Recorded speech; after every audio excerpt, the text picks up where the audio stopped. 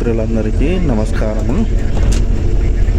అయితే ఒక విషయం మీ ముందుకు తీసుకురావదలుచుకున్నాను. వరంగల్ నుండి మన తొర్రూరు బస్సు ప్రయాణం విషయంలో గత 10 సంవత్సరాల నుండి నేను చూస్తున్నాను. వరంగల్లో పాత బస్ స్టాండ్ ఉన్నప్పటి నుండి చూస్తున్నాను. తర్వాత అది కూల్చివేయడం జరిగింది. తర్వాత ఇప్పుడు వేరే సైడ్ మూవ్ చేయడం జరిగింది.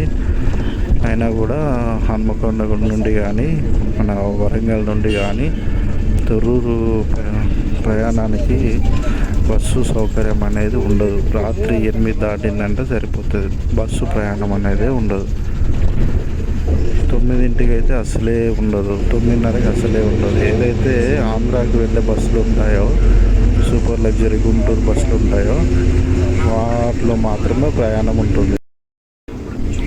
అయితే వరంగల్ నుండి తొర్రూరు వెళ్ళే ప్రయాణికులు చాలా ఇబ్బందులు పడుతున్నారు. రాత్రి 9 అయిన తర్వాత 8 అయిన తొర్రూరు ప్రయాణికులు, వరంగల్ నుండి తొర్రూరు ప్రయాణికులు చాలా ఇబ్బంది పడుతున్నారు.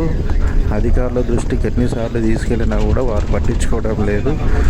దయచేసి వరంగల్ నుండి వర్ధనపేట తొర్రూరు ప్రజలకు న్యాయం చేయాల్సిందిగా ఈ వీడియో ద్వారా కోరుచున్నాను.